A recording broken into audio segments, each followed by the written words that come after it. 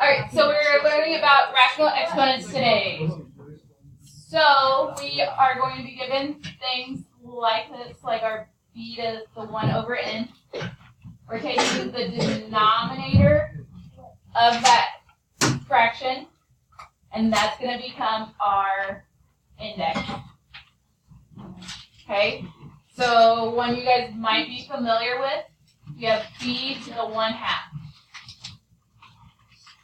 You take the 1/2 power of something, what does that become? Square root. The square root.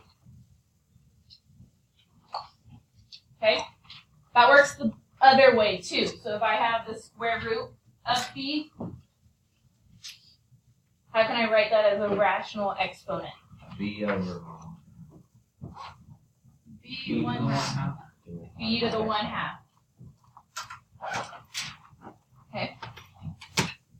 So remember, we have like an assumed 1 power whenever we have just a number. Okay? So if we have a fraction that's not 1 in the numerator, so if we have like b to the 3/4,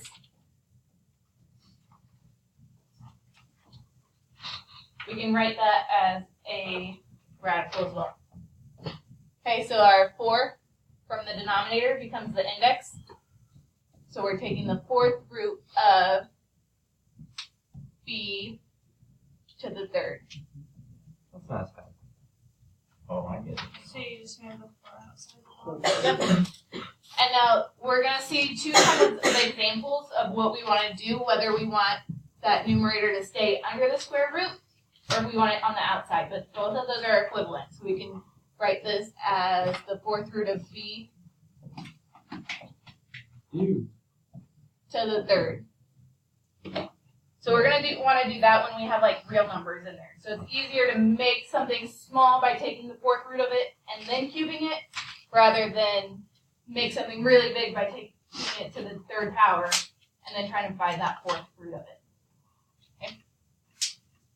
Let's say we had the 4th root of b to the 5th. How can I write that as a rational exponent? 4/5. Not 4/5. Remember, the index becomes the denominator. So this is hopefully a review of your exponent rules. If I am multiplying something with the same bases, what do I do with the exponents? Add. So that's 3x's times 2 more x's, and that's why we add our exponents. Get the 5, x to the 5th. What if I had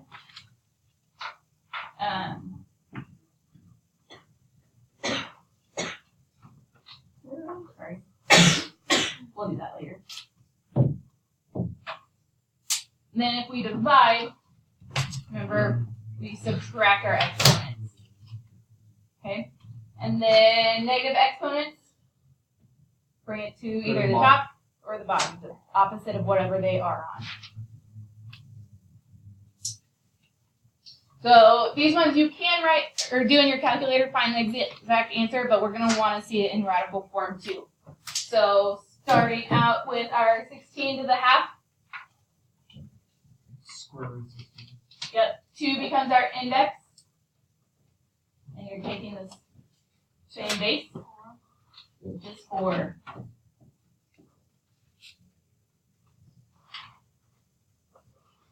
Example 2. So we take our denominator. That's going to be our index. Leave x in the middle. And try example 3 on your own. So we take our denominator. That becomes our index.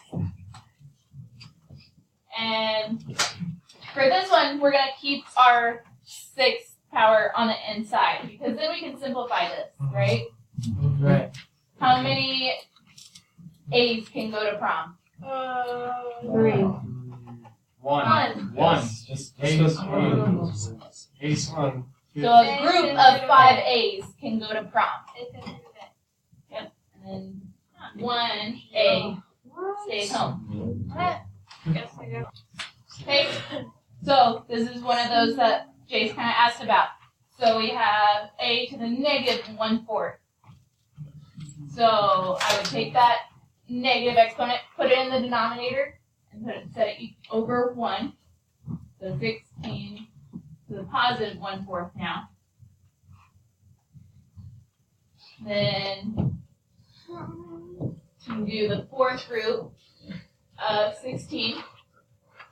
Since we took that denominator. Two.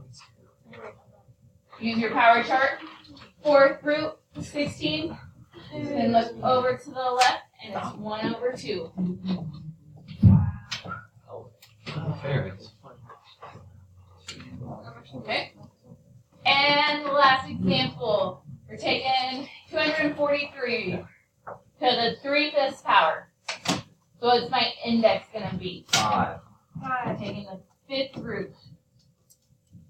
Now I'm going to write 2 things up here, and I want you to pick which one you think would work better.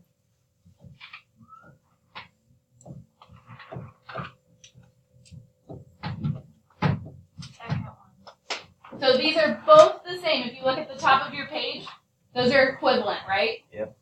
Do the second. Which one would you rather do? Would you rather make 243 really, really big?